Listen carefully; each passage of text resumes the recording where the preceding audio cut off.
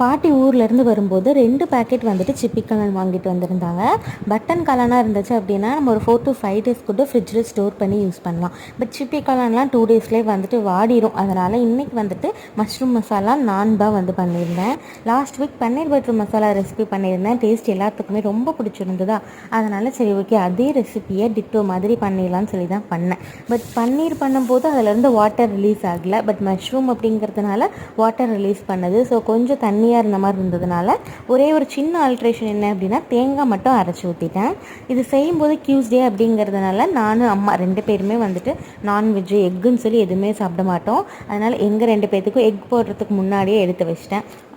பாட்டிக்கும் அப்பாவுக்கு மட்டும் 3 எக் உடச்சி ஊற்றி வந்து பண்ணியிருந்தேன். டேஸ்ட்டு ரொம்ப வந்து சூப்பராக வந்துருந்துச்சு.